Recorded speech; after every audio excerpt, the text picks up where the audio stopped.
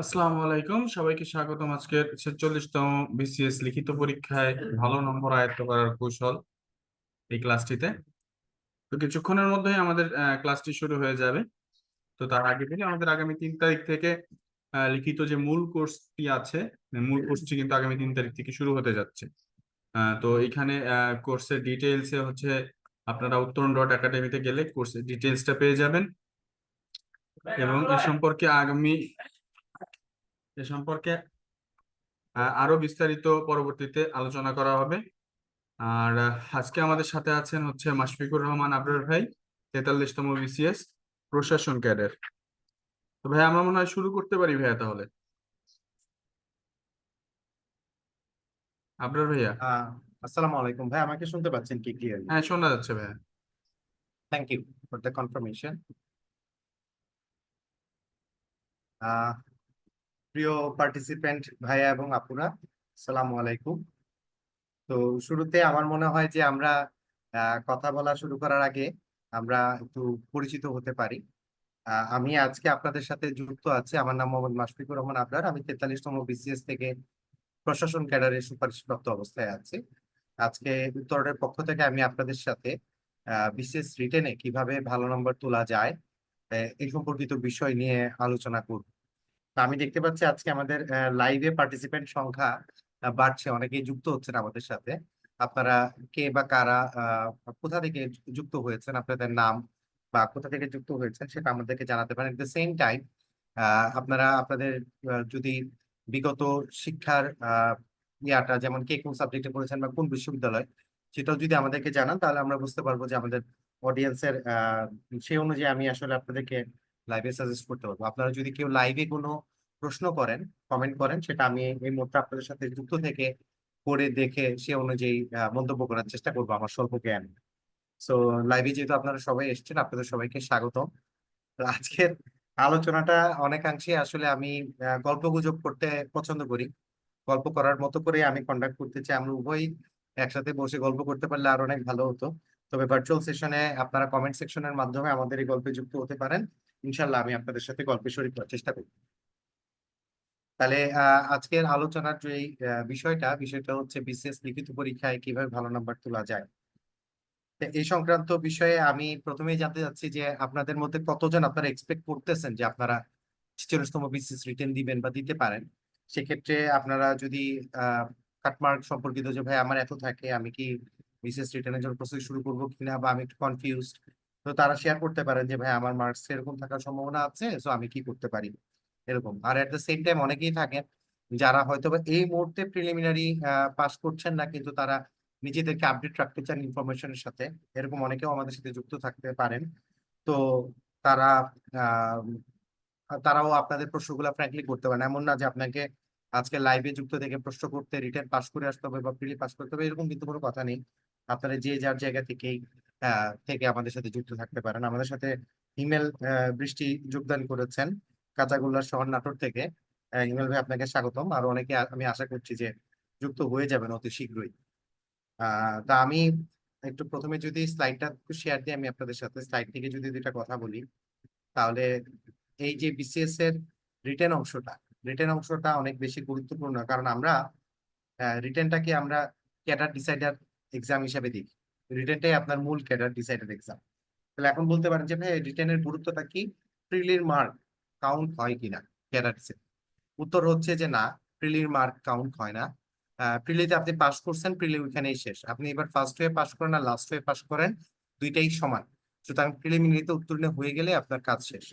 তাহলে ক্যাডারের নাম্বারটা কিভাবে কাউন্ট করা হয়, এটা একটা প্রশ্ন খুব কমনলি আসে। তো ক্যাডারের মার্কসটা কাউন্ট হয় অনেকটা, আপনার রিটেনের মার্কসটা থাকে আপনি মোট 900-তে কত পেয়েছেন, এই মার্কসটা থাকে একটা পাশে। আর একটা পাশে ভাইবার 200-তে আপনি কত পেয়েছেন। তাহলে মোট হলো 1100 মার্কস। এই 1100 মার্কসে আপনার টোটাল অবস্থানটাকে মেধাক্রম অনুযায়ী সাজানো হবে, অর্থাৎ সবচেয়ে বেশি নাম্বার পাওয়াকে প্রথম এবং সবচেয়ে কম নাম্বার পাওয়াকে লাস্টে রেখে এইভাবে সাজানো হয়। তো এটা হলো বিষয়। তাহলে বলতে পারেন যে ভাই আমরা যারা রিটেন 1100 মার্কসের দিই, তাহলে আমাদেরটা কিভাবে কাউন্ট হয়? তো 1100 মার্কসের যারা রিটেন দেন, অর্থাৎ বোথ বা টেকনিক্যাল প্রফেশনে যারা এক্সাম দেন, তো তাদের রিটেনের মার্কসটা দুইটা ভাবে কাউন্ট হয়।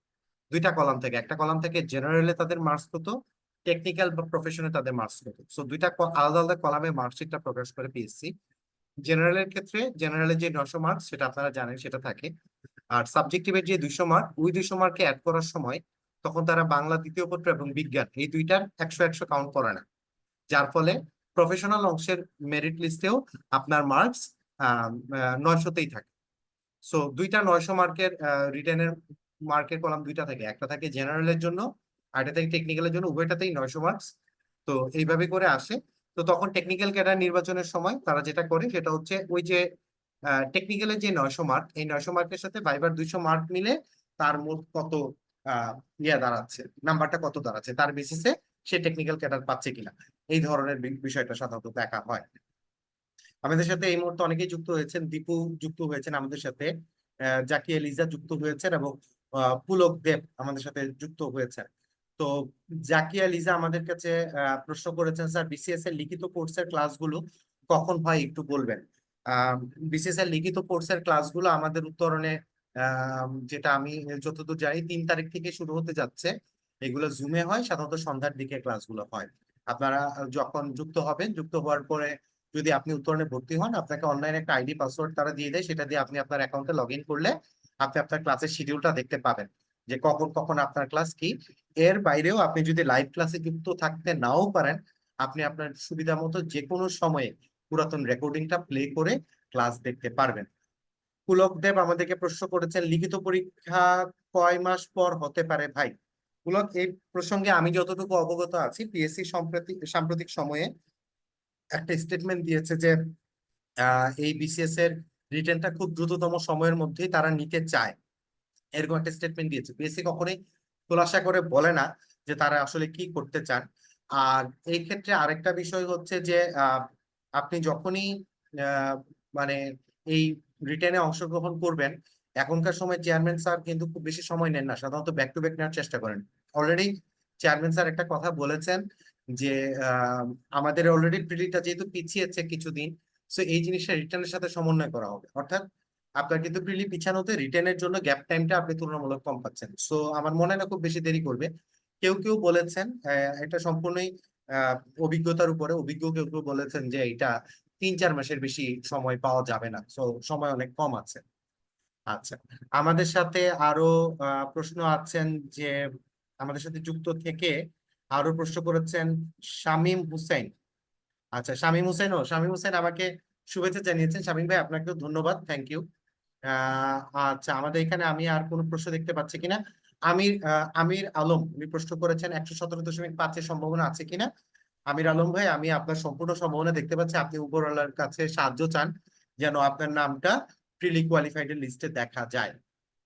আচ্ছা, আহ এখানে আরেকজন রেহিসে প্রবাবলি নাম, উনি প্রশ্ন করছেন, স্যার প্রি রেজাল্ট দেওয়ার পর উত্তরণের নিউ কোনো ব্যাচ শুরু হতে পারে?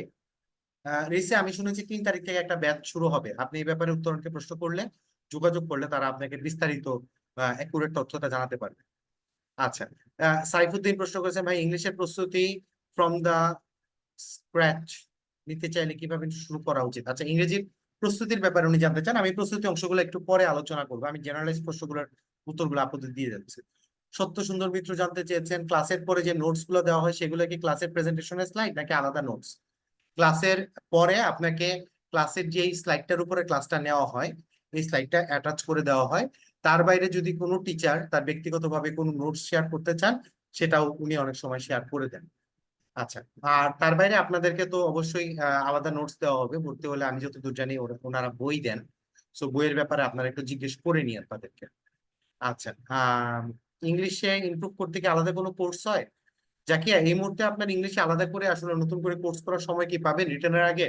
আমার মনে হয় দরকার নেই, আপনি রিটেনের কোর্সে ভর্তি হলে সেখান থেকে আপনি প্র্যাকটিস করতে থাকতে পারেন। সো আপাতত এই প্রসঙ্গগুলোর সাথে আমি এখন একটু মূল স্ট্র্যাটেজিগত আলোচনায় আমি একটু ব্যাক যাই, বিকজ স্ট্র্যাটেজি গুলো অনেকেই জানতে চান। হ্যাঁ, সো আমি একটু স্ট্র্যাটেজিগত আলোচনায় যদি যাই, তাহলে এখন দেখা যায় যে রিটেনের যে 900 মার্ক, এই 900 মার্ক আমি কিন্তু আবারও বলছি দায়িত্ব নিয়ে, যে এই 900 মার্ক ক্যাডার সার্ভিস নির্ধারণের ক্ষেত্রে খুবই গুরুত্বপূর্ণ ভূমিকা পালন করে। দেখেন, বিসিএস রিটেন পাস করলেই আপনি ক্যাডার সার্ভিস পাবেন এরকম কোনো গ্যারান্টি নাই, আপনি নন ক্যাডার সার্ভিস পাবেন এরকমও কোনো গ্যারান্টি নাই।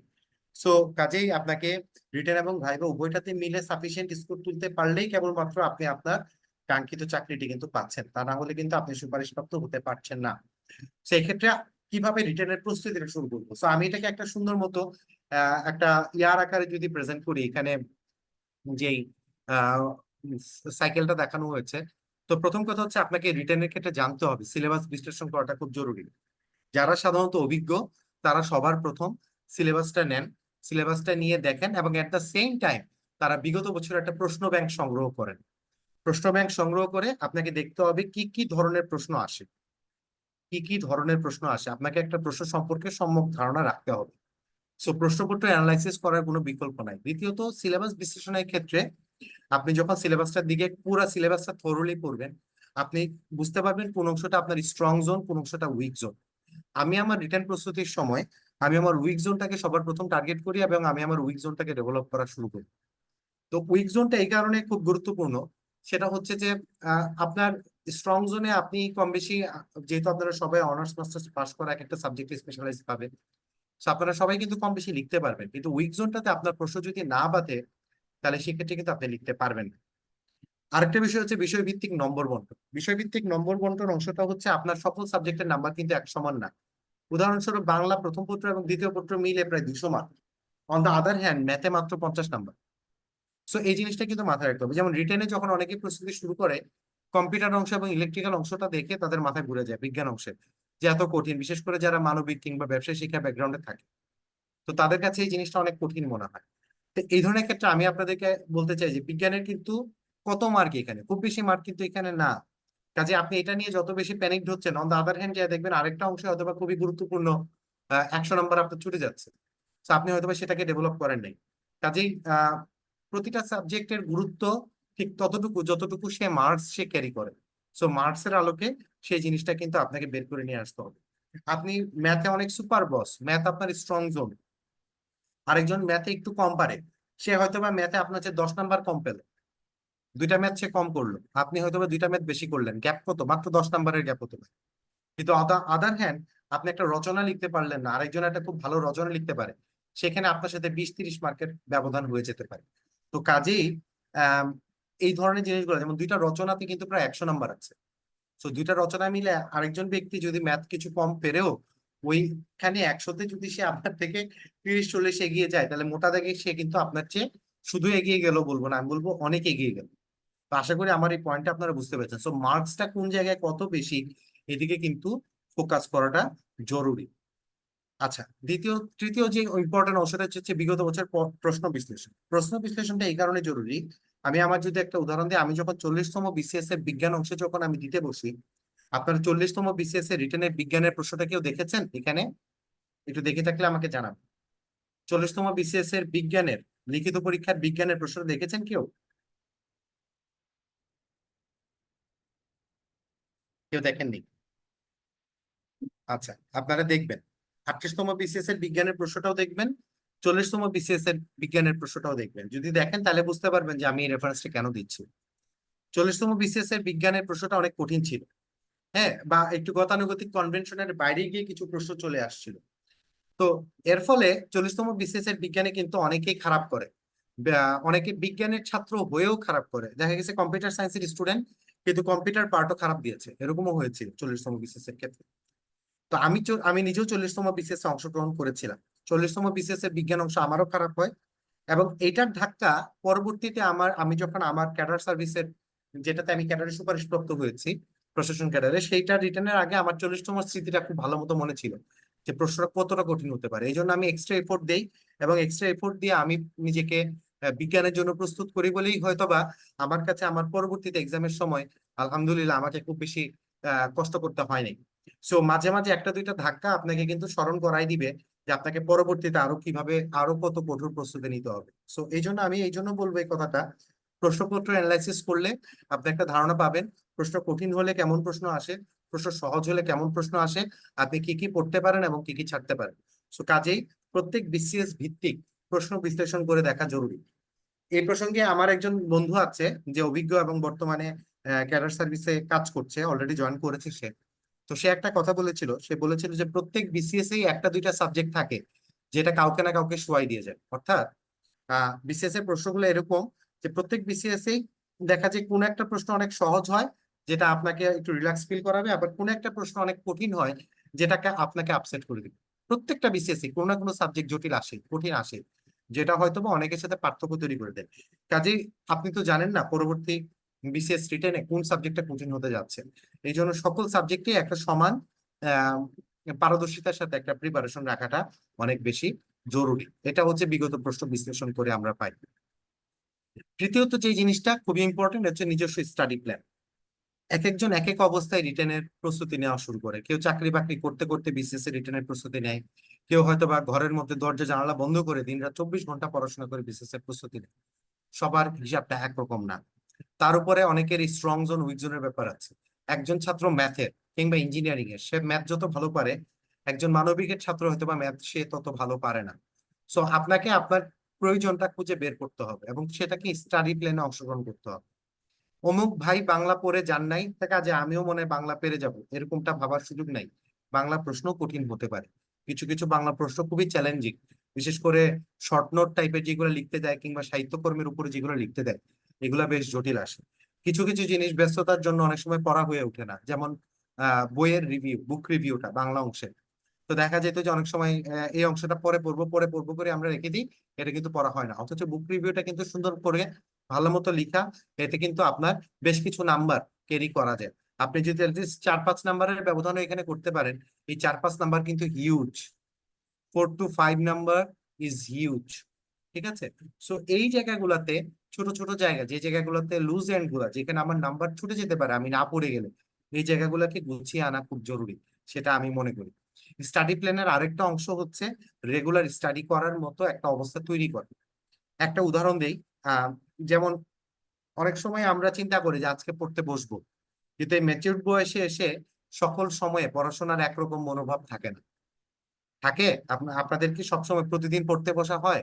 আমি জানি না, আপনাদের হয়তো বা হইতে পারে, কিন্তু আমার প্রতিদিন পড়তে বসার মতো অবস্থা ছিল না।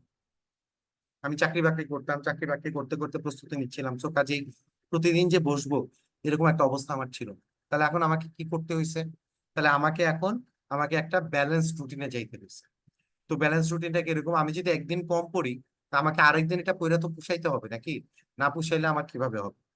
তো এই অনুপাতে আমি যখন ভাগ করে নিছি, তো আমি দেখছি যে আমি ধরেন আমি একটা টার্গেট নিয়েছি যে আজকে আমি 30 পাতা পড়বো, তা আমি যদি 30 পাতা আজকে না পড়ি, তাহলে আগামীকাল আমাকে কিন্তু 60 পাতা পড়তে হবে।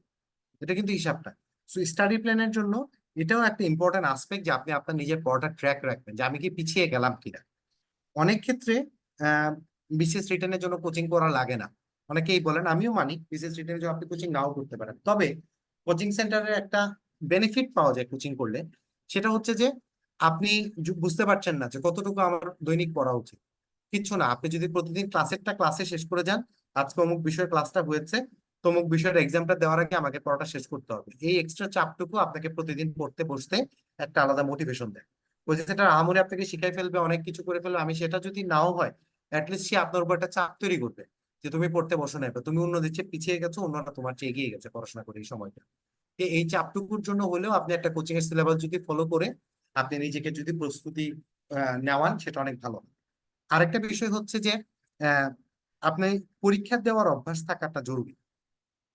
আমি আমার জীবনে সর্বপ্রথম রিটেন পরীক্ষা দিয়ে 38তম বিসিএস এর ক্ষেত্রে, 38তম বিসিএস সময় আমি কোনো মডেল টেস্ট দিয়ে যাইনি। তো মডেল টেস্ট না নিয়ে যাওয়ার ফলে পরীক্ষার হলে গিয়ে আমি দেখেছি আমার হ্যান্ড রাইটিং স্লো হয়ে যাচ্ছে, আমি টাইম ম্যানেজমেন্ট ভালো পারছি না, এবং ওভারঅল আমার রিটার্নটা কিন্তু ভালো হয়নি, মানে আমার আশানুরূপ হয়নি। তো কাজেই আমার তখন আমি এটা বুঝতে পারি খুব ভালো মতো যে আমি যদি একটু মডেল টেস্ট দিয়ে আসতাম, কিছু কথা লিখে আসতাম, প্র্যাকটিস করে আসতাম, তাহলে আমার জন্য যে কোনো বিষয়কে উপস্থাপন করাটা সহজ হতো। এই জন্য আমি সবসময় বলি যে আপনার নিজস্ব স্টাডি প্ল্যানের মধ্যে লিখার অভ্যাসটা রাখবেন। বিশেষ রিটেন পরীক্ষায় প্রচুর লিখতে হয়, আপনাকে এমনও কোনো কোনো দিন যাবে আপনাকে 4 ঘন্টা একটানা লিখতে হবে। তো 4 ঘন্টা একটানা লেখাটা কিন্তু সহজ না। একটা ম্যাচিউর বয়সে এসে যেখানে অনেকদিন ধরে লেখা হয় না, এরকম একটা সময় এসে আপনি যদি হঠাৎ করে আপনাকে 4 ঘন্টা লিখতে হয়, আপনার হাত ব্যথা হবে, শারীরিক অস্বস্তি হবে।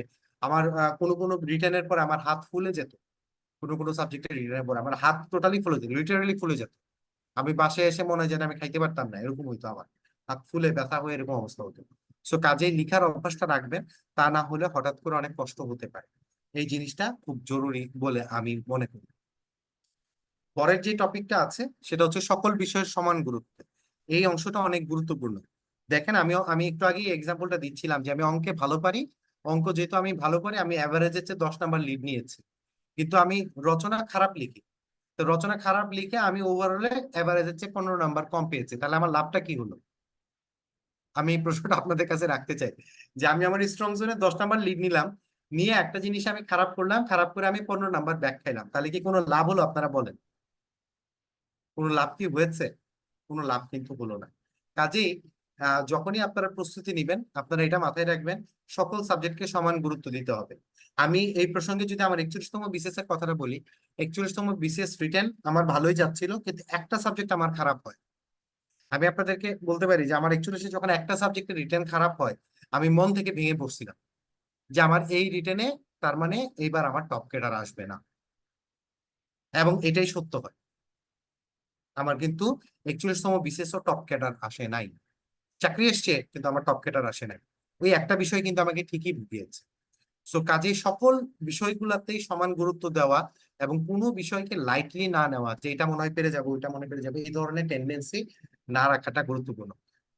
আমার পরিচিত একজন আছে যার ইংরেজির দক্ষতা খুবই ভালো, তিনি যে ইংরেজি বলেন এবং যে ইংরেজি লিখেন, হ্যাঁ, ঢাকা ইউনিভার্সিটির আইবিএ থেকে এমবিএ করা। তো উনি কিন্তু দেখা গেছে যে বিসিএস রিটেনের ইংরেজি অংশে 100 পান নাই।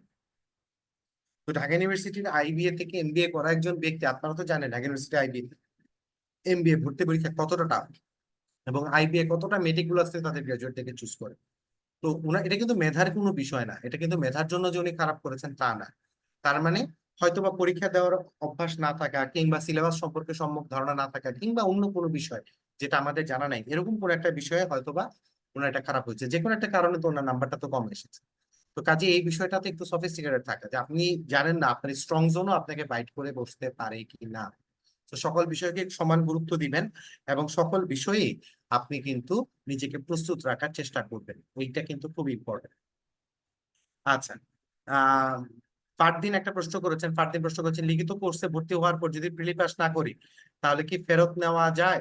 এই বিষয়টা আমি বলতে পারি না ফারদিন, আপনি একটু উত্তরণের সাথে কথা বলে, আপনার আগেই তো ভর্তি হওয়ার দরকার নেই, কথা তো আপনি কথা বলতে তো আপনার ভর্তি হওয়ার কোনো প্রয়োজন নেই। আপনি তাদের সাথে কথা বলেন, কথা বলে জেনে নেন নিয়মটা কি, এবং সে অনুযায়ী আপনি সিদ্ধান্ত নিতে পারেন। আর রিটার্নের ক্ষেত্রে হচ্ছে আরেকটা বিষয় হচ্ছে যে আহ আমরা যারা বিসিএস দেওয়ার চিন্তা করি, আমাদের কিন্তু মেইন টার্গেটটা হচ্ছে রিটেন দিতে হবে, আজকে হোক কালকে হোক রিটেন দিতে হবে, প্রিলি পাসের পরে রিটেনে ভালো করতে হবে। তো কিছু কিছু ক্ষেত্রে রিটেনে আপনি যেটা শিখবেন এটা কিন্তু আপনার প্রিলিতে গিয়েও কাজে লাগবে। ফর ইনস্ট্যান্স আইসিটি অংশ, ম্যাথ অংশ, তারপরে হচ্ছে আপনার বিজ্ঞানের কিছু বিষয়, এই জিনিসগুলা রিটেন এবং প্রিলিতে সিমিলারিটিস আছে। বাংলাদেশ বিষয়ে বলি, হ্যাঁ, সংবিধান পোর্শন কিন্তু প্রিলি রিটেন ভাইবার জন্য সেম। তো আপনি এই অংশগুলো শিখলেও আপনার আরেকটা অংশে গিয়ে কিন্তু এগুলো আবার কাজে লাগে, এই জিনিসটা মাথায় রাখতে হবে। এরপরের পয়েন্টটা খুবই ইম্পর্টেন্ট, সেটা হচ্ছে দ্রুত লেখার অভ্যাস। শুধু লিখলেই হবে না, দ্রুত লিখতে হবে। অনেক ক্ষেত্রে আমাদের প্রশ্নের উত্তরগুলো অনেক ছোট হয়ে গেলে আমরা মানসম্মত মার্কস পাই না। সো দেখা যায় যে আমি 3টা প্রশ্ন অনেক ভালো লিখেছি, আর 2টা প্রশ্ন আমি অনেক খারাপ লিখেছি। তো 3টা প্রশ্ন আমি অনেক ভালো লিখে এভারেজ হচ্ছে 1.5 করে আমি মোট 4.5 নাম্বার বেশি পেলাম, আর 2টা প্রশ্ন আমি খারাপ লিখে 2-4 নাম্বার কম পেলাম, তাহলে কি লাভ হলো? আমার 0.5 মাত্র লিড থাকতেছে। তো এই কথাটা এই জন্য ইম্পর্টেন্ট যে কোনো প্রশ্নের উত্তর যেন খারাপ না হয়, এটা কিন্তু ইম্পর্টেন্ট। আপনার যদি কোনো একটা প্রশ্নের উত্তর যদি খারাপ হয়ে যায়, তখন যে প্রবলেমটা হয় সেটা হচ্ছে আপনি সেখানে অনেক কম মার্কস পেয়ে যান, এবং এইটা মোটা দাগে গিয়ে আপনার মার্কসটাকে বেশি বাড়াতে হেল্প করে, মার্কসটা মোটা দাগে গিয়ে কমে যায়। এই জন্য আমি যে স্ট্র্যাটেজিটা অবলম্বন করতাম, আমার প্রতিটা প্রশ্নের সাইজ যেন এক সমান থাকে, আমার কোনো প্রশ্ন ভালো, কোনো প্রশ্ন যেন খারাপ না হয়। এই জিনিসটা আমার রিটার্নের প্যাটার্নকে অনেক চেঞ্জ করেছে, এবং আলহামদুলিল্লাহ আমি এই স্ট্র্যাটেজির অবলম্বন করে আমি আমার ডিজায়ার্ড ক্যাডার সার্ভিসটা পেয়েছি। তো আমিও আপনাদেরকে সাজেস্ট করবো you do the same thing. প্রতিটা প্রশ্নের সাইজ সমান রাখবেন, কোনোটা বেশি বড় কিংবা কোনোটা বেশি ছোট করবেন না। আপনি একটা প্রশ্ন যদি 4 পাতা লিখেন, আরেকটা প্রশ্ন যদি 1.5 পাতা লেখেন, তখন পরীক্ষকের মাথায় এটা আসে যে সে এটা ভালো লিখেছে, সে এটা খারাপ লিখেছে, এবং পরীক্ষক তখন নাম্বারের ব্যবধান করে দিতে পারে। তা না করে যদি সকল প্রশ্নের উত্তর এক সমান সাইজে থাকে, তখন পরীক্ষকও আপনাকে সবগুলোতে এক সমান মার্কিং দিয়ে একটা ওভারঅল, যে দেখবেন গ্রসে গিয়ে আপনার মার্কসটা বেড়ে গেছে। এই জিনিসটা মাথায় রাখতে পারেন। এবার আসেন টাইম ম্যানেজমেন্ট। টাইম ম্যানেজমেন্ট খুব ইম্পর্ট্যান্ট একটা ইস্যু। টাইম ম্যানেজমেন্টের জন্য প্রথাগতভাবে দুইটা ফর্মুলা কাজ করে। একটা ফর্মুলা হচ্ছে কি, যে আপনার মোট সময় কতক্ষণ এবং মোট নাম্বার কতক্ষণ আপনি ভাগ দেন। উদাহরণস্বরূপ, আমার বাংলা পরীক্ষা দেওয়ার জন্য, বাংলার 400 নম্বর পরীক্ষা দেওয়ার জন্য আমার, সরি আমি ভুল হচ্ছে, বাংলা 200 নম্বর পরীক্ষা দেওয়ার জন্য আমার মোট 4 ঘন্টা সময় আছে। তাহলে আমার মোট নাম্বার হচ্ছে 200, এবং আমার মোট সময়ের সংখ্যা হচ্ছে কত, মোট সময়টা হচ্ছে 424, 240 মিনিট। তার মানে 240 মিনিট আমি 200 মার্ক দিচ্ছি। তাহলে প্রতি মার্কের জন্য আমার সময় কত, অঙ্ক করেন। অঙ্ক করে যেটা পাবেন, তাহলে একটা প্রশ্নের উত্তর 20 মার্ক, তাহলে সেটাকে আপনি 20 দিয়ে গুণ দেন, দিয়ে আপনি একটা ভ্যালু পাইলেন। আমি যদি খুব সহজে সংখ্যাটাকে যদি আমি এই মুহূর্তে অঙ্ক করে আপনাদেরকে বলি, ধরেন বাংলার জন্য স্ট্র্যাটেজিটা এমন হতে পারে যে আমার মোট 200 মার্ক, 200 মার্কের জন্য আমার মোট সময় হচ্ছে 424, 240 মিনিট, অর্থাৎ প্রতি মার্কের জন্য আমার সময় হচ্ছে 0.8333। তাহলে এখন আমি একটা 20 নম্বরের প্রশ্ন উত্তর করতে, তার মানে আমি গড়ে 16.5 মিনিট সময় পাবো। তাহলে স্ট্র্যাটেজিটা এমন হতে পারে, 16.5 মিনিট হয়ে গেছে, ওই প্রশ্নটা আমি ওইখানে রেখে পরের প্রশ্নের দিকে চলে যাব। বুঝতে পেরেছেন? মানে আপনি প্রতিবারই যখন প্রশ্নটা উত্তর করবেন, প্রশ্নটা উত্তর করার সময় জানেন আপনি এটার জন্য মাত্র 16.5 মিনিট লিখতে পারবেন। তো আপনি 16.5 মিনিটই লিখবেন, আপনি এখানে 20 মিনিট লিখবেন না। এই স্ট্র্যাটেজিটা কাজে দেয়। আবার অনেক ক্ষেত্রে এই স্ট্র্যাটেজিটাকে একটু মডিফাই করে নিলেও সুবিধা পাওয়া যায়। যেমন উদাহরণ দিলে বলা যায়, যেমন ধরেন আপনার একটা প্রশ্ন কোনো কারণে বেশি পারেন, একটা প্রশ্ন আপনি পারেন না, আপনার বাধে নাই, এখন এটা আপনি ফিল করছেন যে ওটাতে আপনি 16.5 মিনিট লিখার মতো আপনার কাছে কন্টেন্ট নাই, এটাকে আপনি নাইলে একটু কম লিখলেন। কত কম লিখলেন? আপনি কি 8 মিনিট লিখবেন? সেটা সম্ভবত ঠিক হবে না। তাহলে আপনি কি করতে পারেন, আপনি এখানে নাইলে 16.5 মিনিটের জায়গায় আপনি এটাকে নাইলে 12 মিনিট লিখলেন। আরেকটা জায়গায় আপনি একটু যেহেতু বেশি পারেন, আপনি নাইলে কয়েক মিনিট বেশি লিখলেন, 2-1 মিনিট বেশি লিখলেন। বা শুরুতে কিন্তু আপনার আহ কিছু হ্যান্ড রাইটিং স্লো থাকে, লাস্টের দিকে আবার হ্যান্ড রাইটিং তুলনামূলক ফাস্ট হয়। সো এইভাবে আপনি একটা অ্যাডজাস্টমেন্ট করে আপনি আপনার মতো, কিন্তু পরীক্ষা দিয়ে একটা কিন্তু আপনি টাইম ম্যানেজমেন্টের স্ট্র্যাটেজি আপনার সাবজেক্ট ভিত্তিক ঠিক করে নেওয়াটা ভালো। আমি যেটা বলেছি, আমি কি আমার পয়েন্টটা বুঝাতে পেরেছি, নাকি আমার কথাটা বেশ ভেগ বা এম্বিগুয়াস লাগতেছে? একটু আমাকে যদি আপনারা কমেন্ট বক্সে রেসপন্স করে জানান আমি যেটা বুঝাতে যাচ্ছি আমি সেটা বুঝাতে পেরেছি কি। তাহলে আপনার স্ট্র্যাটেজিটা কিন্তু আপনাকেই সাজাতে হবে। হ্যাঁ, কমেন্ট বক্সে আমি আসলে তেমন কারো রেসপন্স দেখতে পাচ্ছি না। আমাকে যদি একটু রেসপন্স করে আপনারা সহায়তা করেন, তাহলে আমি ভালো বুঝতে পারবো যে আমি স্ট্র্যাটেজিটা ঠিকঠাক মতো বুঝাতে পারছি কিনা। সো আপনারা যেই যেইটা যতক্ষণ লেখা দরকার সেটা আপনি মডেল টেস্টে আপনি আপনার জন্য সেম ভাবে আপনার নিজের সুবিধা অসুবিধাগুলোকে হিসাব করে আপনি একটা টাইমিং সেন্সে যাবেন। ঠিক আছে, যে আমার কোনটা আসলে করা উচিত, কোনটা কতক্ষণ আমি রাখবো, কোন প্রশ্নটাতে আমি উত্তর শুরু করবো এবং কোন প্রশ্নটা আমি শেষে লিখলে আমি ভালো করি, এই বিষয়টা সম্পর্কে আপনি একটা সম্যক ধারণা রাখাটা আপনার জন্য বেটার হবে, এবং এটার জন্য মডেল টেস্টের কোনো বিকল্প নাই। এরপরের যে বিষয়টা আছে সেটা হচ্ছে পরীক্ষার খাতার উপস্থাপনা। এই বিষয়টাও একটা ইম্পর্টেন্ট আসপেক্ট। খাতার উপস্থাপনার ক্ষেত্রে সাধারণত দেখা যায় যাদের খাতার উপস্থাপনা সুন্দর, যারা ডেটা চার্ট ম্যাপ ইত্যাদি ব্যবহার করে লিখেন, তাদের সাধারণত একটু দেখা যায় ভালো মার্কস পেতে দেখা যায়। আপনারা 41তম বিসিএস এ একজন প্রশাসন ক্যাডারের সুপারিশপ্রাপ্ত হচ্ছে জালাল মোহাম্মদ আশফাক, শুনেছেন? আপনারা তাকে চিনেন? জালাল বয়সে আমার ছোট হয়। তো ও 41তম বিসিএস পরীক্ষা দেওয়ার আগে ওর কিছু মডেল টেস্টের খাতা আমাকে দেখিয়েছিল। আপনারা বিশ্বাস করবেন কি না করবেন, জালালের মডেল টেস্টের খাতা দেখেই আমি জালালকে বলছিলাম, জালাল ইনশাল্লাহ তোমার ক্যাডার সার্ভিস আসবে। ওর খাতার উপস্থাপনা এতটাই সুন্দর ছিল। ওর খাতা দেখলে আপনিও বলবেন যে জালাল এডমিন ক্যাডার শুধু শুধু পায়নি, ওর উপস্থাপনাটা ওরকম। আমি কি বলতে চেয়েছি, আমার কথাটা বুঝছেন না বুঝেন নাই? যারা ওরকম ক্যাডার সার্ভিসে ওরকম ভালো করে, তাদের অনেকেরই খাতার উপস্থাপনা দেখলে আপনিও বলবেন যে না, তার ক্যাডার হওয়া ঠিক আছে। খাতার উপস্থাপনা ওরকমই সুন্দর। সো কাজেই আপনারাও আপনাদের খাতার উপস্থাপনাকে ওরকম সুন্দর করবেন। হ্যাঁ, আমার সাথে আরো কয়েকজন পরিচিত আছে যারা আমার সাথে 43তম বিসিএস এ প্রশাসন ক্যাডারের সুপারিশপ্রাপ্ত। তাদের কয়েকজনের খাতা আমি দেখেছিলাম এর আগে। তাদের খাতা দেখে আমি বলেছিলাম যে এদের ক্যাডার যদি না আসে তাহলে আমি আমার নাম চেঞ্জ করে ফেলবো। আমি জানতাম না তাদের অ্যাডমিন পর্যন্ত চলে আসবে, সেটা আমি জানতাম না। কিন্তু দিন শেষে কিন্তু তাদের ঠিকই অ্যাডমিন ক্যাডার আসছে, এবং মানে তাদের আসলে খাতাটা ওরকম সুন্দর, যেরকমটা মানে মানে একটা ক্যান্ডিডেট হিসাবে একজন পরীক্ষক হিসাবে আপনি এক্সপেক্ট করেন যে যেরকমটা হাইয়েস্ট মার্ক পাওয়া উচিত, তাদের খাতাটা ওরকম, দেখতেও ওরকম। সো কাজে পরীক্ষার খাতার উপস্থাপনা সুন্দর করবেন। এবং আরেকটা কাজ যেটা আমি করেছি বা কেউ কেউ করেছে, তারা যে সকল খাতায় মডেল টেস্ট দিয়েছে তাদের মডেল টেস্টের খাতা আরেকজনকে দেখিয়েছে, দেখিয়ে বলেছে ভাই তুমি আমার খাতাটা দেখে একটু বলো যে কোন অংশটা খারাপ লাগতেছে, কোন অংশটা কেমন হইলে তোমার মনে হয় ভালো হইতো। হ্যাঁ, সো তখন মানুষজন যে ফিডব্যাক গুলা দিয়েছে সেই ফিডব্যাক গুলা শুনে সে আবার নিজের কাজটাতে কাজ করেছে।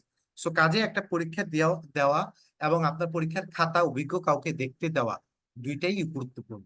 এবং তাদের যেই ফিডব্যাক গুলো পাবে সেই ফিডব্যাক অনুযায়ী আপনারা কাজ করবেন, এটাও ইম্পর্টেন্ট। সো আপনারা চেষ্টা করবেন আপনাদের খাতাগুলো অভিজ্ঞ কাউকে দিয়ে দেখানো, এটা আপনাদেরকে ট্রিমেন্ডাসলি হেল্প করবে বলে আমি বিশ্বাস করি। ডাটা চার্ট এবং চিত্রের ব্যবহার, ডাটা চার্ট এবং চিত্রের ব্যবহার আপনারা করতে পারেন। তো এক্ষেত্রে সময় একটা কনস্ট্রেন্ট, আপনি এত কঠিন ডেটা মানে মনেও তো রাখতে পারবেন না, এতগুলা টপিক কত ডেটা আপনি মনে রাখবেন। সো ডেটা মনে রাখাটা একটা চ্যালেঞ্জ। আবার চিত্র আঁকা বা চার্ট আঁকা সেটা আবার সময়ের মধ্যে, ধরেন আপনি একটা প্রশ্ন উত্তর করার জন্য 16 মিনিট সময় পেলেন, এটার মধ্যে আপনি খুব বেশি সুন্দর করে যে চিত্র আঁকতে পারবেন সেটাও কিন্তু না, রং পেন্সিল নিয়ে যে লাভ নেই। সো আবার চিত্রের সংখ্যা অনেক বেশি করে ফেলতে পারবেন, সেটাও কিন্তু পারবেন না। ঠিক আছে, সো চার্টই বা যে অনেক সুন্দর করে চার্ট করবেন, অনেক তথ্য উপাত্ত দিয়ে ভাষায় ফেলবেন, সেটাও কিন্তু সম্ভব না। সো এটার একটা গুড ব্যালেন্সড পয়েন্ট যে আমার লেখাটা ইনফরমেটিভও হবে, ডাটা চার্ট চিত্র থাকবে, আবার এট দ্য সেম টাইম সেটা একটা ব্যালেন্সড উপায়ে থাকবে। এই জিনিসটার একটা সুইট স্পট খুঁজে বের করাটা রিটেন ভালো করার জন্য একটা ইম্পর্টেন্ট স্ট্র্যাটেজি। সো এই জিনিসগুলোর জন্য আগে থেকে ডেটা চার্ট চিত্র গুছিয়ে রাখা এবং সেই চিত্রগুলো আঁকার মতো অভ্যাস থাকা। উদাহরণস্বরূপ আমি যদি বলি আমি বাংলাদেশের map in less than 40 seconds আমি অ্যাকুরেটলি আঁকতে পারি, এটা আমি প্র্যাকটিস করেছি, প্র্যাকটিস করে নিজের ভিতরে ডেভেলপ করেছি। পারি বলাটা উচিত হবে না, পারতাম, রিটেনের আগে আমি শিখেছি। হ্যাঁ, এখন হয়তো বা অনেকদিন প্র্যাকটিস তাই আমি একটু আঁকতে গেলে এখন উল্টাপাল্টা হয়ে যেতে পারে, বাট রিটেনের আগে এরকম ছিল যে আমি বাংলাদেশের ম্যাপটা মোটামুটি আমি accurately in less than 30 seconds or 40 seconds আমি আঁকতে পারতাম। একবার মনে হয় 20 সেকেন্ডেও আমি আঁকছিলাম, ঠাস ঠাস করে জাস্ট দাগ দিলে আমার হয়ে যেত, এরকম ভাবে আমি এঁকেছি। সেরকম আপনি আপনার স্ট্রং জোনটাকে আপনি খুঁজে বের করতে পারেন। রবার্ট ফ্রস্ট একটা প্রশ্ন করেছেন, চিত্র চার্ট পেন্সিল দিয়ে আঁকা জরুরি? উত্তরটা হচ্ছে পেন্সিল দিয়ে আঁকাটা ভালো। তার কারণ হচ্ছে কি, আপনি কলম দিয়ে আঁকতেছেন, আঁকতে গিয়ে একটা ভুল হয়ে গেল, ম্যাপটা আঁকতে গেছেন একটা ভুল হয়ে গেল, আপনি তো কলমটা মুছতে পারবেন না। সো কাজে পেন্সিল দিয়ে আঁকলে আপনি মুছে আবার ইমিডিয়েটলি রেকটিফাই করে আপনি কিন্তু উপস্থাপন করতে পারছেন, এটা হচ্ছে একটা সুবিধা। কাটাকাটি না করাটা ভালো, হ্যাঁ, এতে খাতার সৌন্দর্যটা সুন্দর থাকে, এরকম হচ্ছে একটা বিষয়। ঠিক আছে, এখানে সত্য সুন্দর মিত্র বলেছেন যে, সত্য সুন্দর মিত্র বেশ বড় একটা কমেন্ট লিখেছেন, ও লিখেছেন ভাই আপনি বলেছেন সকল সমান মার্কসের কোশ্চেনের আনসার সাইজে সমান হওয়া উচিত, আবার টাইমও সমান বরাদ্দ করা উচিত। কোনো কারণে টাইম শেষ হয়ে গেল কিন্তু উত্তরের সাইজ পূর্বের এস্টিমেট করা সাইজের সমান না হলে কোনটাকে গুরুত্ব দেওয়া উচিত? সত্য সুন্দর, এই প্রশ্নটার উত্তর বের করতে হলে আপনাকে অবশ্যই মডেল টেস্ট দিতে হবে। এটা আসলে থিওরিটিক্যালি বললে হয় না, প্র্যাকটিক্যালি অনেক সময় আপনি পরীক্ষা দিতে দিতে নিজের একটা আন্দাজ বের করতে পারবেন। আমার ক্ষেত্রে যে স্ট্র্যাটেজিটা পারফেক্টলি খেটেছে, আপনার ক্ষেত্রে সেই স্ট্র্যাটেজিটাকে হালকা মডিফাই করে নিলে হয়তো বা পারফেক্টলি খাটবে। তো আপনার জন্য কতটুকু মানে স্ট্র্যাটেজিটাকে মানতে হবে, এটা আপনাকে পরীক্ষা দিয়ে আপনাকে যাচাই করে দেখতে হবে যে এটা কতটুকু আপনার জন্য খাটছে। আবার উনি অ্যাড করেছেন আরেকটু বেশি টাইম নিয়ে ওই প্রশ্নের উত্তর পূর্বের সমান না রাখা, নাকি টাইম ম্যানেজমেন্টের জন্য ওই প্রশ্নের উত্তর প্রয়োজনে ছোট রাখা। আমি যেটা করতাম, আমি প্রয়োজনে ছোট করে ফেলতাম টাইম ম্যানেজমেন্টের জন্য, আমার অনেক কিছু লেখা থাকলেও আমি লিখতাম না, আমি ছেড়ে পরের অংশটা চলে যেতাম। এটা ছিল আমার স্ট্র্যাটেজি, বিকজ আমি দেখেছি এই স্ট্র্যাটেজির কাজ করে আমি ভালো করি। কারণ একটা একটু বেশি লিখতে গেলে আমি দেখেছি যে আরেকটা অংশ আমি ছুটিয়ে ফেলছি, এই জন্য আমি কখনো একটাকে বেশি করতাম না, আবার একটাকে বেশি ছোট করতাম না, আমি সবগুলোকে ব্যালেন্স সিস্টেমে রাখার চেষ্টা করি। আহ নোমান ইবনু সাবেদ জুদ উনি প্রশ্ন করেছেন, একটু বলবেন কি দয়া করে অনলাইন ক্লাসগুলা ডাউনলোড করতে পারবো কিনা, কতদিন অ্যাক্সেস থাকে? এই বিষয়টা আমি ভালো বলতে পারবো না ভাইয়া, এই বিষয়টা আপনি একটু উত্তরণ যদি কমিটির সাথে ভালো মতো কথা বলেন তারা আপনাকে বলতে পারবেন কতদিন অ্যাক্সেস থাকে এবং সেই ধরনের ভিডিও আপনি কি কি কাজে ব্যবহার করতে পারবেন, এটা তারা ইনশাল্লাহ আপনাকে বলে দিবে। ঠিক আছে, আচ্ছা, এরপরের যে প্রশ্নটা আছে সকল প্রশ্নের উত্তর দেওয়া, আমি মনে করি এই বিষয়টাকে 1 নম্বরে নিয়ে আসা উচিত। খাতার বেস্ট প্রেজেন্টেশন হচ্ছে সকল বিষয়ের উত্তর করতে পারাটাই হচ্ছে বেস্ট প্রেজেন্টেশন, এটা হচ্ছে সবার প্রথম আপনাকে এনশিওর করতে হবে। সো আপনি পারেন না পারেন, আপনি যতটুকু পারেন ততটুকু নলেজ দিয়ে সকল প্রশ্নের উত্তর দেন, এটা খুব ইম্পর্টেন্ট। ধরেন 5 নম্বর একটা প্রশ্নের উত্তর আপনি কিছুই লিখেন নাই, আপনি 0 পাবেন। কিন্তু 5 নম্বর একটা প্রশ্নের উত্তর কিছু হলেও লিখেছেন, আপনি 0.5 পেতে পারেন, 1 পেতে পারেন। আন্দাজে লিখেও আপনি 1 পেতে পারেন। সো ওই 1 মার্কও অনেক ইম্পর্টেন্ট। 1 মার্কের জন্য আপনি ক্যাডার নন ক্যাডার হয়ে যেতে পারেন, নন ক্যাডার থেকে চাকরি হারানো হয়ে যেতে পারে। সো কাজেই এই বিষয়টা ইম্পর্টেন্ট, সকল প্রশ্নের উত্তর দেওয়ার চেষ্টা করি। একটা প্রশ্ন আমি একান্তই কিছু পারি না বা এটার কোনো আইডিয়াও নাই, সেটাও হতে পারে, কিন্তু সেটা তো আপনি না লিখলেন, হতে পারে, কিন্তু বেস্ট প্র্যাকটিস হচ্ছে এরকম কোনো প্রশ্নের যেন শিকার হতে আমাকে না হয়। এটার জন্যই বিগত প্রশ্ন বিশ্লেষণ করে এবং সিলেবাস বিশ্লেষণ করে এই স্ট্রেংথটা তৈরি করা যে আমি সকল টপিকই কম বেশি কিছু না কিছু জানি। এমন কোনো টপিক নাই যে টপিকটা সম্পর্কে আমার জ্ঞান জিরো। আমার কথাটা কি বুঝতে পেরেছেন আপনারা? সো সিলেবাসটা থরলি কভার করা এবং প্রতিটা টপিক সম্পর্কে সম্যক ধারণা রাখাটা অনেক বেশি ইম্পর্টেন্ট। এটা আপনার প্রিপারেশনের জন্য এবং প্রিপারেশনের লেভেলকে মানে অনেক চেঞ্জ করে দিবে। আলোর পথযাত্রী আমাদের সাথে যুক্ত হয়ে লিখেছেন, যাদের 117-র আশেপাশে মার্কস আছে, প্রি রেজাল্টের আগ পর্যন্ত লিখিত প্রস্তুতির জন্য কি কি দেখা যেতে পারে ভাই? আচ্ছা, আমি যদি আপনার মতো 117 পাওয়া যদি হতাম, তাহলে উত্তর হচ্ছে আমি সিলেবাসটা সম্পূর্ণ দেখে আমার strong zone week zone identify করে আমি অ্যাটলিস্ট অন্তত আমার যে অংশগুলা আমি দেখতে পাচ্ছি টপিকগুলা প্রিলি এবং রিটেন উভয় জায়গাতেই আছে, সেই জায়গাগুলো আমি অন্তত পড়া শুরু করে দিতাম রিটেনের অ্যাক্সেপ্ট বই কিনে। দেখেন, রিটেনের কিছু বই কিনতে আপনার নাইলে কিছু টাকা ব্যয় হবে, কয়েক হাজার টাকা ব্যয় হবে, কিন্তু যদি আপনি প্রিলিটা পাস করেন আপনার কাছে মনে হবে ইটস ও, যে আমি সময়টা নষ্ট করি না। আর আপনি যদি প্রিলি ফেল করেন আপনার মনে হতে পারে আমার কি তাহলে এই টাকাটা জলে গেল, উত্তর হচ্ছে না, এই টাকাটা আপনার জলে যায় নাই। কারণ রিটেনের বেশিরভাগ প্রশ্নগুলাই অনেক অ্যানালিটিক্যাল আকারে লিখা থাকে। আপনি যদি সেই প্রশ্ন উত্তরগুলো পড়েন আপনি অনেক জ্ঞান পাবেন, যে জ্ঞানটা আপনার প্রিলিতে কাজে লাগতে পারে। সো বিস্তারিত ভাবে একটা টপিক পড়লে টপিকটাও বেশি মনে থাকে এবং প্রিলির প্রশ্নের উত্তরগুলো বেশি উত্তর করা যায়। সো চাকরির প্রস্তুতিরত অবস্থায় টাকাটা একটা ইম্পর্টেন্ট ইস্যু। একটা টাকা দিয়ে ভর্তি হবো, টাকাটা মাইট যাবে, খারাপ লাগে জানি, অনেকেই বেকার থাকেন, অনেক কষ্ট করে টাকাটা ম্যানেজ করতে, আই নো।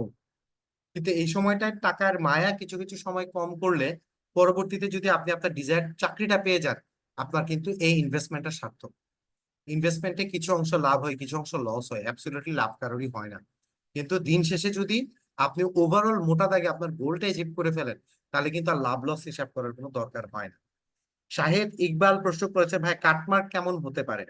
শাহেদ, এই বিষয়ে আমাদের উত্তরণ কয়েকদিন আগে একটা লাইভ হয়েছিল, আমি নিজেও সেই লাইভে অংশগ্রহণ করেছিলাম এবং লাইভটা শেষেও আমি একাধিক ব্যক্তির সাথে বসে আলোচনা করেছি যে আমাদের লাইভে আমরা যে এস্টিমেশনটা করেছি সেই এস্টিমেশনটা ঠিক আছে নাকি আমরা একটা ভুল এস্টিমেশনের দিকে চলে গেছি বা সামথিং। আমার স্টিল আমি বিশ্বাস করি 110 কিংবা তার আশেপাশে, খুব বেশি ডেভিয়েশন হবে তা না, 110-এর আশেপাশেই কাটমার্ক যাবে, কিছু কম বা কিছু বেশি হতে পারে, এটা পিএসসি ভালো বলতে পারে। ঠিক আছে। সুদীপ্ত রয় বলেছেন, ভাই আমার 122। 122 কি 122টা প্রশ্নের উত্তর করেছি ভাইয়া সঠিকভাবে, নাকি 122 নাম্বার পাবো? যদি আপনি 122 নাম্বার পান, তাহলে সেক্ষেত্রে এই মুহূর্ত থেকে আপনার বিসিএস রিটেনের প্রস্তুতি শুরু করা উচিত বলে আমি মনে করি। কারণ 122-এ ইনশাল্লাহ আল্লাহ চাহে তো আপনি শিওরলি প্রিলি পাস করার জন্য ধরে রাখতে পারেন 122 নাম্বার। ঠিক আছে। আচ্ছা, রবার্ট ফ্রোজ জিজ্ঞেস করেছেন রিটেনের খাতায় কি মার্জিন করা লাগে কিনা। সর্বশেষ যে রিটেনটাই আমি অংশগ্রহণ করেছিলাম ওই খাতায় মার্জিন করা ছিল, আলাদা করে মার্জিন করা লাগে নাই, দাগ দেওয়াই ছিল। ঠিক আছে। আমি আশা করি যে ইনশাল্লাহ আপনাদের সময়ও যেই খাতাটা থাকবে এতে মার্জিন করা থাকবে বলে আমার বিশ্বাস। শাহিদুল্লাহ কায়সার আমাদেরকে জিজ্ঞেস করেছেন, বিশেষ বিসিএস কি শুধু ডাক্তার হয় নাকি শিক্ষক ও নেওয়া হয়? শহীদুল্লাহ কায়সার, সাধারণ এই পর্যন্ত যে বিশেষ বিসিএস গুলা আমরা দেখেছি দুইবার, একটা হচ্ছে 39তম আর একটা হচ্ছে 42তম, দুইটা ডাক্তারদের জন্য ছিল। শিক্ষকদের জন্য বিশেষ বিসিএস নেওয়ার একটা কথা উঠেছিল মাঝখানে, এখন আমি জানি না এটা বাস্তবায়ন হবে কিনা, বাট এই মুহূর্তে এরকম কোনো কিছু আমরা দেখতে পাচ্ছি না। শহীদুল্লাহ আরো জিজ্ঞেস করছে, 47তম বিসিএস কি বিশেষ হতে পারে? শহীদুল্লাহ, আমরা এই মুহূর্তে এরকম কোনো আপডেট এখনো আমাদের কানে আসে নাই বিশেষ বিশেষ হতে পারে বলে। যদি হয়, যদি সার্কুলার আসে তখনই আমরা বলতে পারবো যে এরকম কিছু হতে পারে, বাট এখন পর্যন্ত এরকম কোনো আলোচনা দেখতে পাওয়া যায় নাই। সো মোটামুটি আমার যে অংশগুলা থেকে যে অংশগুলো আলোচনা করার ছিল আমি সে অংশগুলো আলোচনা করেছি। আমি একটু আপনাদের জন্য ফ্লোরটা ওপেন করে দেই। আমি 2 মিনিট সময় দিচ্ছি, আপনারা কমেন্ট বক্সে যে সকল প্রশ্নগুলো করবেন আমি ইনশাল্লাহ সে সকল প্রশ্নগুলো আমার ক্ষুদ্র জ্ঞানে উত্তর করার চেষ্টা করব। MH মুবারক আমাদেরকে প্রশ্ন করেছেন, কাটমার্ক ডাক্তারদের জন্য আলাদা হবে? প্রিল ক্ষেত্রে খুব সম্ভবত কাটমার্ক আলাদা থাকে না, এটা পিএসসি ভালো বলতে পারবে, বাট খুব সম্ভবত কাটমার্ক আলাদা থাকে না, সবার জন্য একই কাটমার্ক থাকে বলেই আমরা জানি। আপনাদের আরো কোনো প্রশ্ন থাকলে আপনারা কমেন্ট বক্সে করতে পারেন। আহ আচ্ছা, শহীদুল্লাহ আরো প্রশ্ন করেছেন, আমি উত্তর থেকে 47তম বিসিএস প্রিলিমিনারি কোর্স করতে চাই, কবে শুরু হবে? ভাইয়া এই প্রশ্নের উত্তরটা আমার জানা নাই, আপনি লাইভে যদি কমেন্ট বক্সে আপনার এই প্রশ্নটা রেখে দেন, আমি উত্তরণ টিমের কাউকে অনুরোধ করব আপনার এই প্রশ্নের উত্তরটা কমেন্ট বক্সে দিয়ে দেওয়ার জন্য। সুলতান আহমেদ প্রশ্ন করেছে 47 বা 48 স্পেশাল হওয়ার সম্ভাবনা আছে? সুলতান আহমেদ, এই মুহূর্তে আমরা এরকম কোনো কিছু শুনি নাই স্পেশাল হওয়ার জন্য, যদি হয় তাহলে সেটা হয়তো বা তখন আপনাদেরকে সময় সাপেক্ষে জানিয়ে দিই। ঋতু প্রশ্ন করেছে, ভাই তাহলে প্রিলি ফেল বা পাস এই চিন্তা না করে রিটেনের প্রিপারেশন শুরু করে দেওয়া কি উচিত হবে? আপনি যদি একটা মিনিমাম স্কোরের মধ্যে থাকেন, যেমন আমি বলেছি 110 বা তার আশেপাশে যদি আপনি থাকেন, আপনি রিটেনের জন্য ঘাটাঘাটি শুরু করতে পারেন। আর আপনার স্কোর যদি নিতান্তই কম হয়, তাহলে আমি বলবো আপনি রিটেনের জন্য এই মুহূর্তে শুরু করেন না, আপনি আগে প্রিলির ফলাফলটা দেখেন এবং আপনি প্রিলির উপরেই ফোকাস করেন বেশি। আচ্ছা, সুজন প্রশ্ন করেছে 118 মার্ক থাকে, আমি কি রিটেন প্রিপারেশন নিতে পারি? আপনার যদি সবকিছু কেটে কুটে সত্যি 118 নাম্বার থাকে, আমার মনে হয় আপনি বিসিএস রিটেনের জন্য প্রস্তুতি নিতে পারেন। আহ পুলক দেব প্রশ্ন করেছেন, হাতের লেখা কতটুকু ভেরিয়েশন তৈরি করে মার্কে? পিএসসি যে শর্তটা দিয়েছে সেটা হচ্ছে হাতের লেখা দুর্বোধ্য হওয়া যাবে না, এমন যেন না হয় যেন আপনার হাতের লেখা পড়া যাচ্ছে না। পুলক, আপনি শুনলে খুশি হতে পারেন যে আমার হাতের লেখা ভালো না, ব্যক্তিগতভাবে আমার হাতের লেখা খুব একটা সুন্দর না, কিন্তু সামহাও আমি কিন্তু হয়তো রিটার্ন একটা ভালো নাম্বার পেয়েছি। কাজেই হাতের লেখাটা যেন ক্লিয়ার থাকে, হাতের লেখাটা যেন স্পষ্টত পড়তে পারা যায়, এই বিষয়টা জরুরি। সো কাজে আপনার হাতের লেখাটাকে স্পষ্ট করার দিকে ফোকাস করেন। আপনার হাতের লেখা যদি সুন্দর না হয়, আপনি তো সুন্দর করে ফেলতে পারবেন না, কিন্তু অন্তত স্পষ্ট এবং প্রেজেন্টেবল যেন হয়, সেই বিষয়ে আপনি ফোকাস করতে পারেন। সুদীপ্ত রয় আমাদেরকে প্রশ্ন করেছে, ভাই রিটেনের জন্য ইংলিশ ভালো করার ক্ষেত্রে আপনি কি করেছেন বা কিভাবে পড়েছেন একটু যদি বলতেন।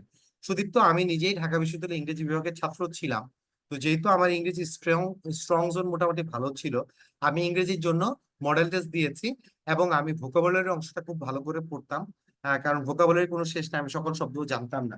সো কাজে আমি ভোকাবুলারিটা ঘন ঘন পড়ার চেষ্টা করতাম, রিভিশন দেওয়ার চেষ্টা করতাম, আর তার বাইরে আমি এসএ লেখাটা প্র্যাকটিস করে গিয়েছিলাম। তো আপনারা এই অংশগুলো আমি বেশি ফোকাস করছি, মডেল টেস্ট দেওয়া, ভোকাবুলারি অংশগুলোতে স্ট্রেস দেওয়া এবং এসে অংশটা লেখা প্র্যাকটিস করে যাওয়া, এটা আমি চেষ্টা করেছি এনশিওর করতে।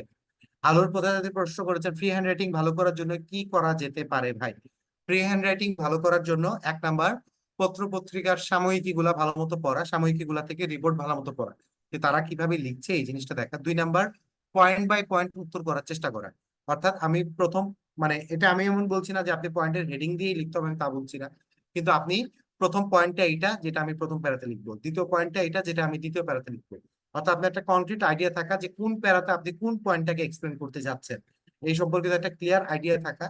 তৃতীয় হচ্ছে আপনার কাছে যে ডাটা তথ্য গুলা আছে, মুখস্থ আছে, সেগুলাকে ভালো মতো প্রেজেন্ট করার চেষ্টা করা।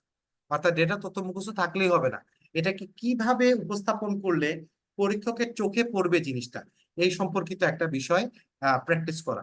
সো এটার জন্য ফ্রি হ্যান্ড রাইটিং ভালো করার জন্য আপনাকে বেশি বেশি ফ্রি হ্যান্ড রাইটিং করে আরেকজন অভিজ্ঞ ব্যক্তির কাছ থেকে পরামর্শ নেওয়া, যে আমার উপস্থাপনটা কি ঠিক আছে নাকি আমি একটু চেঞ্জ করবো, এই কথাটা আমি আগে লিখেছি, এটাকে আগে লিখবো না পরে লিখবো, এই কথাটা আমি লিখি নাই, এটাকে আমার লেখা উচিত ছিল, এই সম্পর্কিত একটা ধারণা নেওয়া।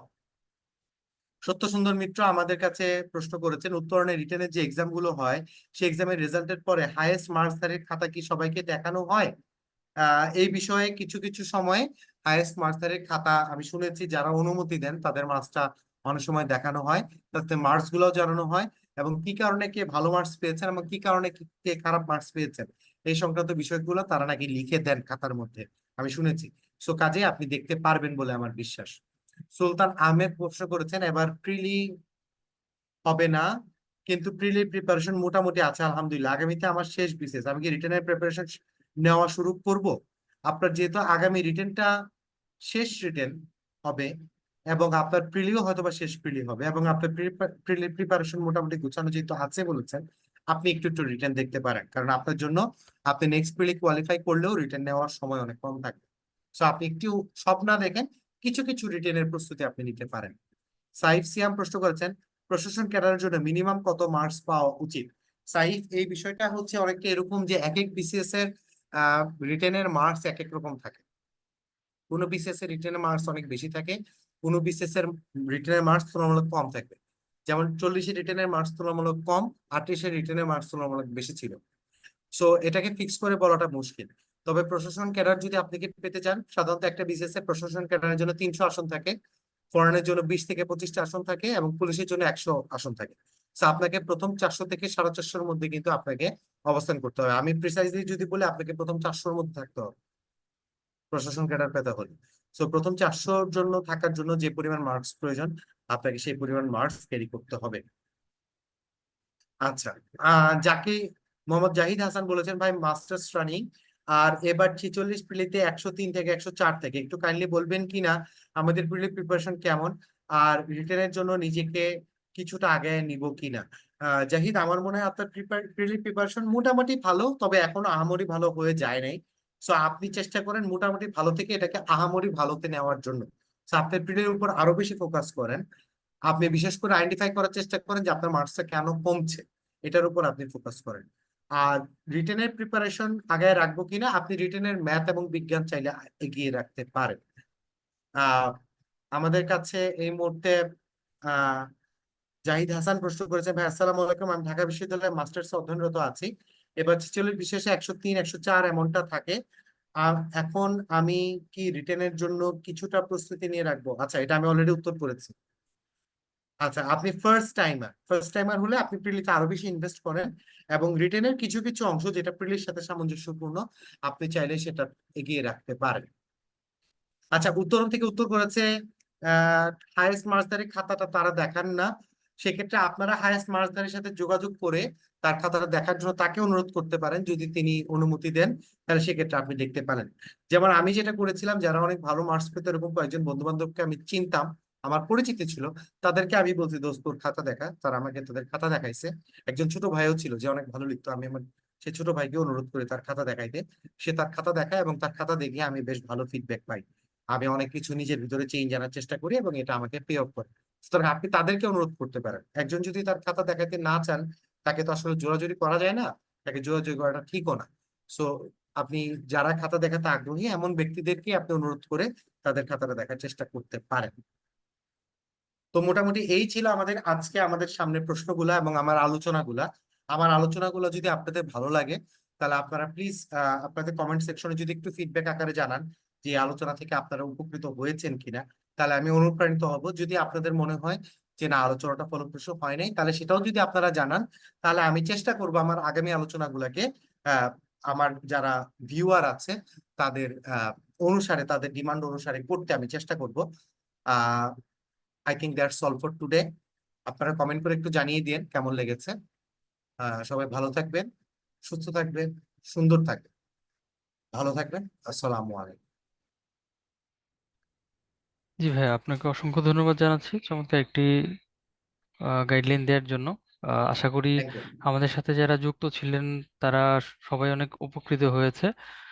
তো আমাদের কোর্সটি 3 তারিখ থেকে শুরু হচ্ছে। আপনারা যারা যারা এখনো এনরোল করেননি, আপনারা আশা করব অতি দ্রুত সময়ের মধ্যে কোর্সটিতে ভর্তি হয়ে যাবেন। আর আপনাদের যদি পরিচিত কেউ থেকে থাকে যারা এই কোর্সটিতে যুক্ত হতে যাচ্ছে, তাদেরকেও জানিয়ে দিবেন যে 3 তারিখ থেকে আমাদের প্রোগ্রামটি শুরু হচ্ছে আর কি। হ্যাঁ, তো আজকের মতো আমরা শেষ করছি। পরবর্তী কোনো ক্লাসে আবার আপনাদের সাথে কথা হবে। সবার জন্য অনেক অনেক শুভকামনা রইলো। ধন্যবাদ সবাইকে।